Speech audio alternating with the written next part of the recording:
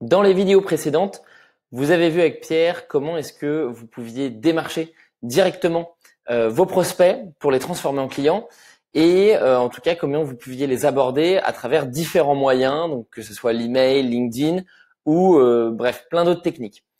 L'idée pour cette vidéo, c'est de regarder ensemble comment est-ce que vous pouvez atteindre vos prospects, mais d'une manière indirecte, c'est-à-dire à travers des intermédiaires qu'on appellera prescripteurs. Et pour ça, je vais vous expliquer le concept, mais l'objectif de cette vidéo, c'est de vous montrer comment, avec un réseau de prescripteurs, vous pouvez aller chercher plus de clients et avoir des relais de croissance.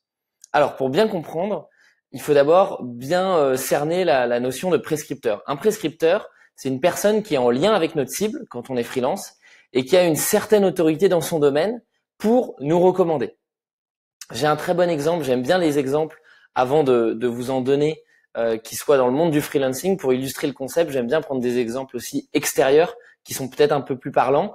Pour l'industrie pharmaceutique, les prescripteurs, ce sont les médecins. C'est-à-dire que si demain vous inventez un nouveau médicament contre le mal de tête, il va falloir aller convaincre les médecins de prescrire ça à leurs patients lorsqu'ils viennent les voir. Eh bien, c'est un peu pareil en freelance, c'est-à-dire que si vous savez que certains professionnels sont en contact direct avec votre cible et font figure d'autorité, c'est-à-dire qu'on va les écouter. Vos clients, vos prospects vont écouter ces personnes-là. Et si ces personnes-là vous recommandent, alors vos clients vont venir chez vous d'une manière indirecte, c'est-à-dire que vous n'allez pas directement les chercher, mais parce qu'ils ont entendu parler de vous par quelqu'un en qui ils croyaient, en qui ils avaient confiance. Et donc, créer un réseau de prescripteurs, ça permet d'avoir un formidable réseau de croissance, relais de croissance plutôt, pardon, et d'obtenir des nouveaux prospects régulièrement, parce que souvent ces prescripteurs, tout comme les médecins qui vont régulièrement avoir des gens qui ont mal à la tête, eh bien ces prescripteurs, si c'est des figures d'autorité dans un domaine, ça veut dire qu'ils voient régulièrement de nouvelles personnes qui sont dans votre cible et ils vont pouvoir rediriger vers vous régulièrement. Voilà, si ça se passe bien. Donc l'idée, c'est de se dire, ok, maintenant qu'on sait ça, qu'on voit un peu l'opportunité, comment est-ce qu'on fait en tant que freelance pour se créer un réseau de prescripteurs et en avoir autour de soi qui nous ramène des prospects qualifiés? Alors, déjà, c'est de bien comprendre, dans notre cas, qui peut être prescripteur quand on est freelance. La première chose, c'est les freelances qui sont complémentaires. Donc, c'est des freelances qui font des prestations différentes, mais pour les mêmes clients.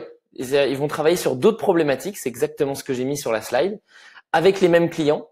Et donc, finalement, voilà, ça peut être, moi, je fais des sites internet, eh bien, ça peut être un rédacteur qui va rédiger du coup des textes, des articles, des guides, etc. pour un client, mais qui se dit bon, le site internet, il est vraiment pas top.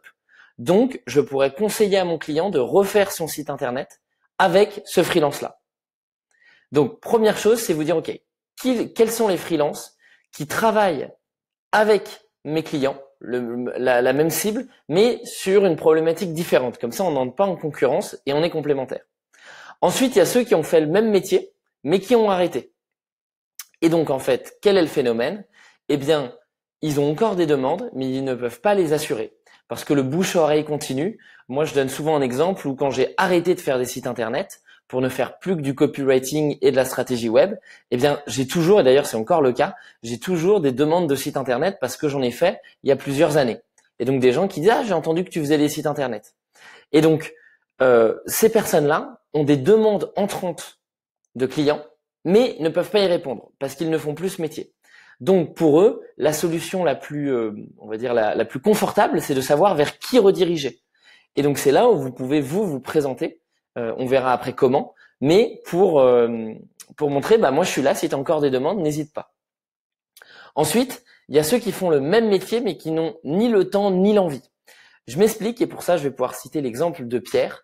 Eh bien, il y a des freelances qui en fait sont extrêmement visibles, qui ont beaucoup de demandes et qui en fait ne peuvent absolument pas répondre à cette demande. Et donc, si jamais leur emploi du temps était vide, bien entendu, ils prendraient ces demandes, mais là, ils peuvent pas. Donc, quelle est l'idée? Eh bien, l'idée, c'est éventuellement de leur dire, ok, bah toi, tu as certainement plein de demandes qui rentrent. Si tu peux pas les honorer, eh bien, écoute, moi, en tout cas, j'ai de la dispo. Et puis ensuite, il y a un profil un peu particulier. C'est ceux qui vont être consultants formateurs. Et donc là, c'est des professionnels.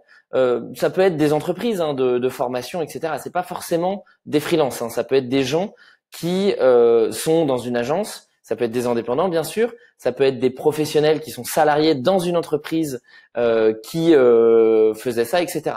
C'est juste que c'est beaucoup plus facile dans le domaine du freelancing d'aller voir d'autres freelances parce qu'on se connaît, on sait comment ça fonctionne, etc. Mais donc, dans cette dernière catégorie, il y a ceux qui sont consultants formateurs et qui donnent des conseils, mais en fait ne les appliquent pas.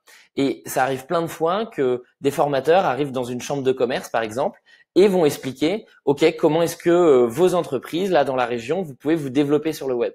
Il va donner plein de conseils, ou elle va donner plein de conseils, et les entreprises après, ceux qui sont venus, qui représentent les entreprises, vont dire, bah ces conseils, ils sont super, mais nous, on n'a personne en interne.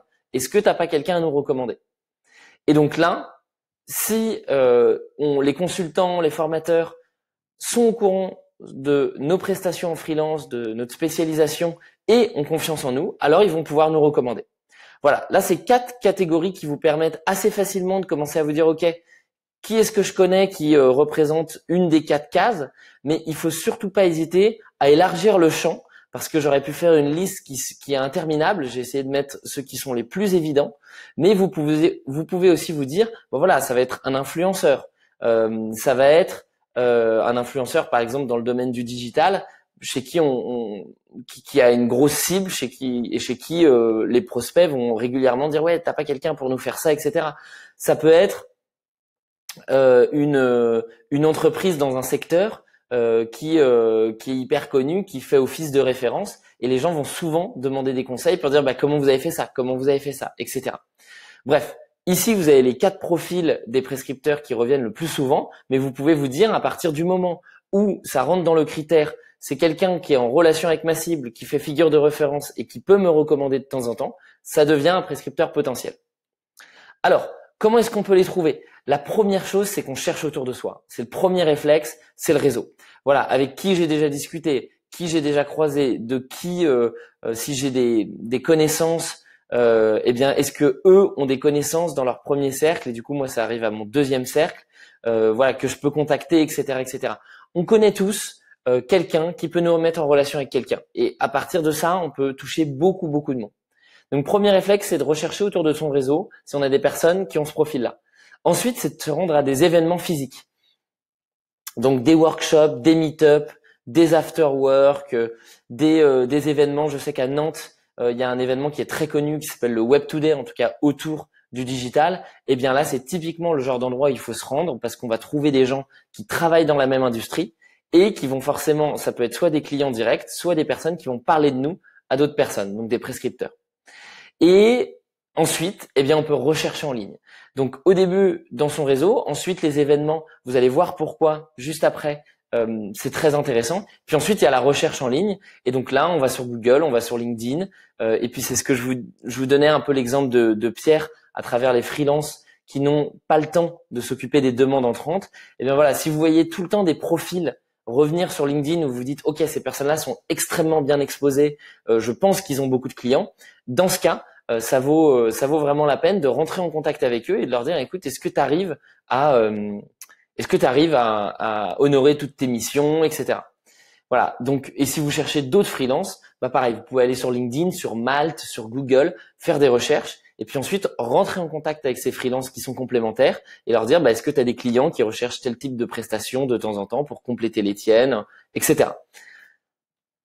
Alors, comment convaincre quelqu'un? Donc, une fois qu'on les a identifiés, on a compris ce que c'était, on a compris ce qu'on pouvait en retirer, on voit qui ça peut être, on les identifie, et après, comment est-ce qu'on fait pour les convaincre? Parce que c'est bien beau, mais ce qui différencie un prescripteur du bouche à oreille un peu classique, c'est que le prescripteur, c'est quelqu'un qui va nous recommander régulièrement. On va un peu être un freelance de confiance qui va recommander régulièrement.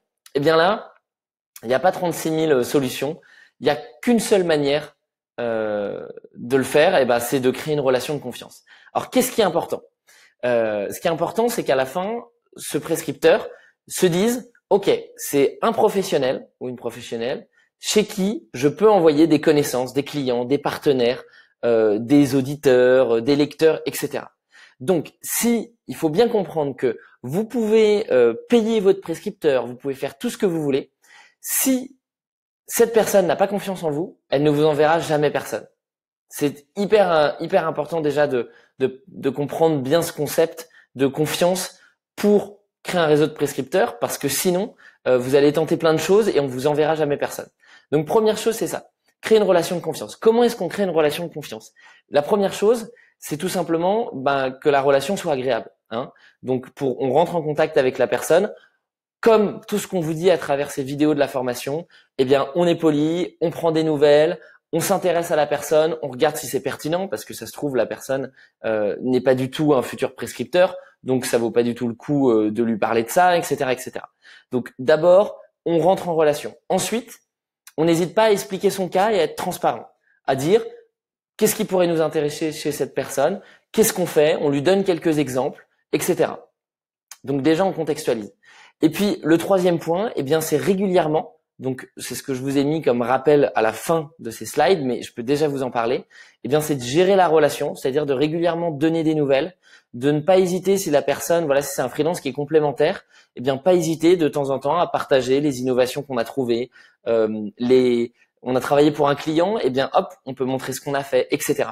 C'est comme ça qu'une personne, petit à petit, va nous connaître, va avoir confiance en nous et va envoyer des personnes de nous demander des missions et des prestations. Alors, les différents types d'accords avec ces prescripteurs. De base, un prescripteur doit être capable de vous recommander gratuitement. Ça se fait plein de fois. C'est, je pense, la grande majorité des cas des prescripteurs qui sont même pas au courant qu'en fait ils font ça, mais ils redirigent tout le temps vers une personne ou plusieurs personnes et ils ne demandent rien. Donc ça, c'est dans la grande majorité des cas, souvent c'est des prescripteurs où ça va être gratuit. Sauf que si vous voulez professionnaliser la relation et faire en sorte que vos prescripteurs soient de plus en plus fidèles, j'ai envie de dire, eh bien vous pouvez mettre en place des accords avec eux. Le premier accord, ça c'est plutôt intéressant quand on travaille avec des personnes qui ont la même cible mais proposent des prestations différentes, c'est l'apport mutuel de prospects. C'est-à-dire qu'on s'engage, ça peut être tacitement ou non, mais à s'envoyer des prospects dès que c'est pertinent. Et donc là, ça veut dire que typiquement, si moi je fais du copywriting et je connais quelqu'un qui fait des sites internet ou du growth hacking comme Pierre, eh bien finalement, ce que je vais faire, c'est que moi, dès que j'ai un client qui est intéressant pour un autre freelance, je lui envoie et je sais à l'inverse que ce freelance-là, dès qu'il a un client avec qui il travaille qui pourrait être intéressé par mes prestations, il me l'envoie. Première chose, donc c'est échange de bons procédés. Ensuite, ça peut être une rémunération en service. Donc là, dès qu'un prospect signe avec nous, dès qu'un prescripteur nous envoie un prospect et qu'on signe avec ce prospect, on offre un service qu'on fait normalement payer pour remercier. Et donc là, je pourrais vous montrer un exemple juste après, mais ça va typiquement être ce que fait, si je donne un exemple, un peu une métaphore qui est plus pas dans le domaine du digital, mais ça va être, si jamais moi je vends des boîtes de chocolat et quelqu'un m'envoie plein de clients ou des bouteilles de vin, et ben au bout d'un moment, la personne qui m'envoie plein de clients, je vais lui offrir une caisse de vin ou une caisse de chocolat, une boîte de chocolat. Puis il y a la rémunération en euros, c'est-à-dire que dès qu'un prospect signe, eh bien le prescripteur qui nous l'a envoyé, on lui donne un pourcentage du CR réalisé. Quelque chose de très classique finalement. Quelques exemples. Guillaume, avec qui on était en colocation et qui lui fait des sites internet, eh bien Guillaume, lui, il fait un apport mutuel de prospects avec un designer qui est à Lyon. C'est-à-dire que le designer lui apporte des clients et dès que Guillaume a des clients qui ne savent pas exactement à quoi va ressembler notre site internet, etc. Il renvoie vers ce designer de Lyon qui va faire les maquettes du site et ensuite c'est Guillaume qui va faire le site internet.